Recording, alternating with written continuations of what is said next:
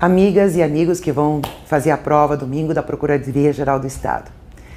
Em primeiro lugar, fator tranquilidade define muito. Portanto, procure manter a calma, procure não abrir sua prova e já sair resolvendo as questões imediatamente. Não permita que a adrenalina tome conta de você. Você estudou, você está preparado, você vem trabalhando as questões e vai dar tudo certo. Bom, minha dica de última hora para vocês é efetivamente sobre a Procuradoria-Geral do Estado. Lembrando que os procuradores são estáveis após 3 anos de exercício. Isso está na Constituição Federal, certo? Artigo 132. Lembrando também que o artigo 38 da Constituição Federal trata da opção, ou seja, o mandato eletivo em relação ao subsídio e à remuneração. Então, o prefeito opta. Aqueles que estão em outro grau, deputados, presidente, governador, apenas se afastam do cargo e recebem o subsídio. O prefeito opta em quê? Em relação a receber subsídio ou a remuneração. E os vereadores podem receber tanto a remuneração quanto o subsídio, desde que haja compatibilidade de horários. Uma boa prova. Estarei torcendo do coração. No momento da prova, vou fazer a minha oração e vai dar tudo certo. Que todos os anjos estejam cuidando de você na data da prova. Um beijo carinhoso no coração. Boa prova. Muito bem, pessoal. Vamos então a algumas dicas fundamentais para a tua prova. Primeiro ponto, concordância verbal. Lembra comigo aqui, ó, uma pergunta que vai aparecer lá. Passando a palavra X para o plural, quantas outras mudariam obrigatoriamente? Lembra, a palavrinha ou as palavras que eu trocar, eu não devo contar, são quantas outras e obrigatoriamente. E atenção também, se aparecer no enunciado, na frase ou no período, eu faço a contagem até o ponto final, Em relação à concordância também, não poderemos esquecer dos verbos impessoais, o haver e o fazer. O haver ficará no singular, indicando o tempo transcorrido, ou no sentido de existir, e o verbo fazer ficará no singular, indicando o tempo transcorrido, clima, temperatura. Lembra disso? Então, em relação à concordância, é fundamental eu lembrar 2 aspectos.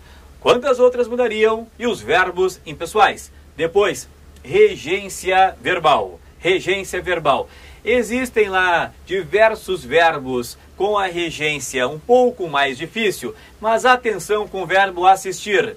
Lembra que o verbo assistir, no sentido de ver ou presenciar, solicita a preposição a. Assistir ao jogo, assistir à luta com crase. E lembrando, ele não aceita a troca pelo pronome lhe. Assistir ao jogo, assistir-lhe, estaria errado, seria assistir a ele. Depois crase. Crase, haverá com certeza 2 ou mais questões de crase. Lembrando, o fundamental para que eu pense na crase é a existência de um substantivo feminino. Então, primeira coisa que eu vou verificar, se é um substantivo feminino. A única classe gramatical que poderá aparecer antes do substantivo feminino é o adjetivo. Refiro-me à aluna nova, refiro-me à nova aluna.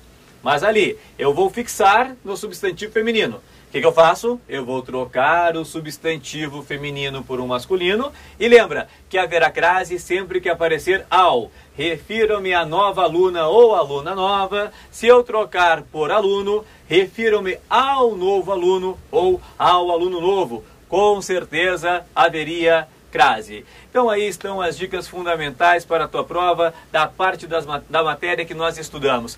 Boa prova, eu sei que é difícil falar tranquilidade, mas é essencial paciência, porque em relação ao Fundatec, em todas as questões nós teremos de voltar ao texto, vai e volta, e lembra também, uma dica de última hora, Não, quando falarem, voltando à linha 15, lê de ponto a ponto, não lê só a linha 15, porque às vezes fica sem contexto e eu não entendo a questão. Lê de ponto a ponto, não importa qual seja a questão que eu tenha de voltar ao texto. Excelente prova, um beijão no coração de vocês.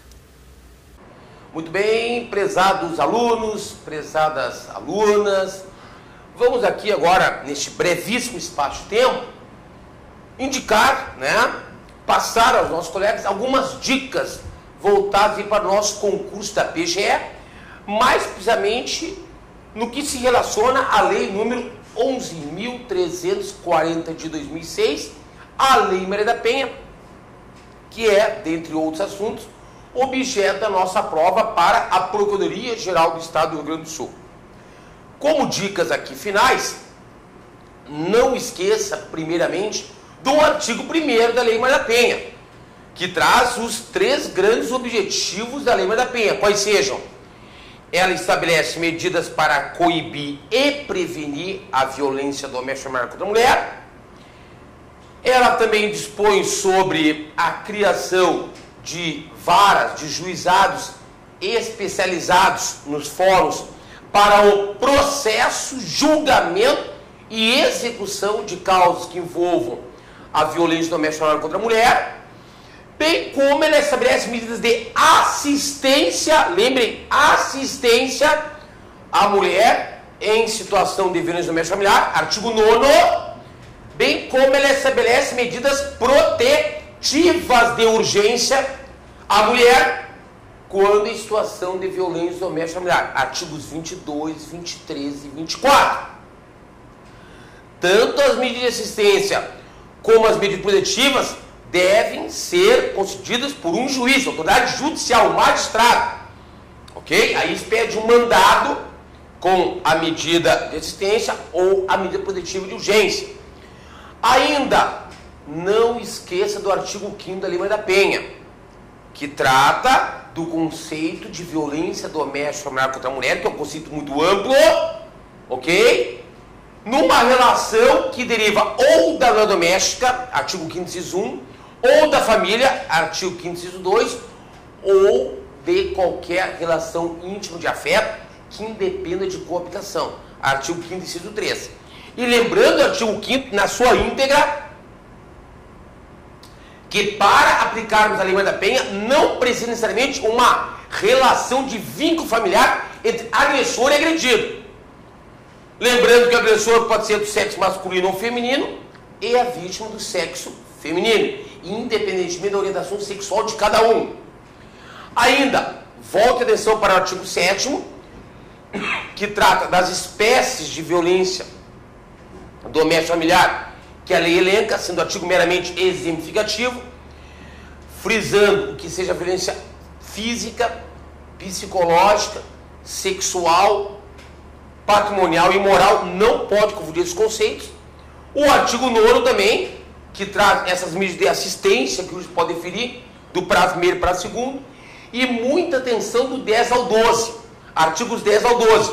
O 10 traz as providências que o delegado deve tomar de ofício quando chega ao seu conhecimento do caso de violência doméstica familiar, e o artigo 11, e o artigo 12 traz os procedimentos, dando destaque no 12, inciso 3, que quando a mulher vai à delegacia e pede uma medida protetiva, esse pedido dela, o pedido é dela, deve ser encaminhado pelo delegado, pela autoridade policial, a juiz no prazo máximo de 48 horas.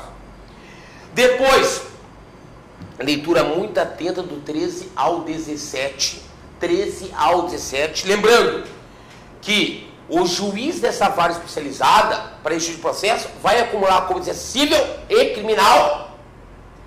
Lembrando ainda que no que tange ao processo civil, a mulher pode, se for o caso, escolher aonde ajuizar, no seu artigo 15, para o processo civil. E quanto à possibilidade dela se retratar num crime de ação pública condicionada, onde ela tenha representado quando agressor, só pode se tratar numa audiência que vai ter na justiça até o recebimento da denúncia pelo juiz, ouvido o Ministério Público. E o artigo 17 que veda algumas espécies de pena alternativa de forma singular, algumas espécies de pena alternativa de forma singular, que o réu não pode obter na sentença quando condenado, sendo o processo que versa sobre a Lei Maria da Penha. Ainda, o cerne da Lei Maria da Penha, o 18 ao 24, que trata das medidas protetivas.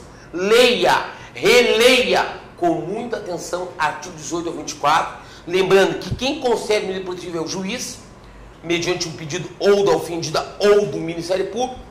Ele pode conceder independentemente de ouvir a parte contrária, que vai se definir somente em juízo, é um contraditório diferido, postergado, né? E que medidas protetivas são essas? Artigo 22, 23 e 24, que traz apenas alguns exemplos de medidas protetivas as quais o juiz pode conceder à mulher quando uma situação de violência doméstica familiar. Lembrar também o 27 e 28, que diz que a mulher tem que estar assistida por um advogado em todos os atos cíveis e criminais do processo, exceto quando ela for pedir a medida protetiva. E o 29 ao 32, que traz as disposições sobre a equipe de atendimento multidisciplinar. Principalmente o que faz dessa equipe, que é composta por profissionais de diversas áreas, no segundo artigo 30, as suas atribuições. O 33, também é um artigo importante, que diz que quando não houver vara especializada naquele fórum para julgar esse tipo de processo, o uso da vara criminal é o responsável, e para esse tipo de processo, ele acumula competência civil e criminal para julgar, ok? E ainda, o processo que versa sobre a Lei da Penha, que tramita uma vara criminal, por não haver uma vara especializada, tem preferência de tramitação. Lembra ainda, o artigo 35, que já foi objeto de prova anterior, nas competências dos estados, a União, o Distrito Federal e os municípios, artigo 35 e o 41, que quando o autor cometer um crime contra a mulher, ainda que a pena máxima daquele crime não ultrapasse 2 anos, o autor não vai ter direito a nenhum benefício previsto na Lei 9.009 de 95, que é uma lei que diz que quando a pessoa comete uma infração de menor potencial ofensivo, que são as contravenções e os crimes que a pena máxima ultrapassa 2 anos, o processo ocorre todo no Juizado Especial Criminal e o autor tem vários benefícios. Quando for crime contra a mulher, ainda que a pena máxima ultrapasse 2 anos, o artigo 41 é claro, ou o autor não tem direito a nenhum benefício da Lei 9.099 de 95. Ok? Então aqui são algumas dicas finais. Vale a pena investir na Lei Maria da Penha para efeito do concurso. Lembrando, aquela leitura final, com muita atenção, palavra por palavra, artigo por artigo. E aqui são algumas dicas finais. Uma ótima prova a todos, um abraço fraterno, que Deus ilumine cada um de vocês. E após a prova, se precisar alguma questão para recurso, nós vamos olhar uma por uma. Fortíssimo abraço a todos e uma ótima prova.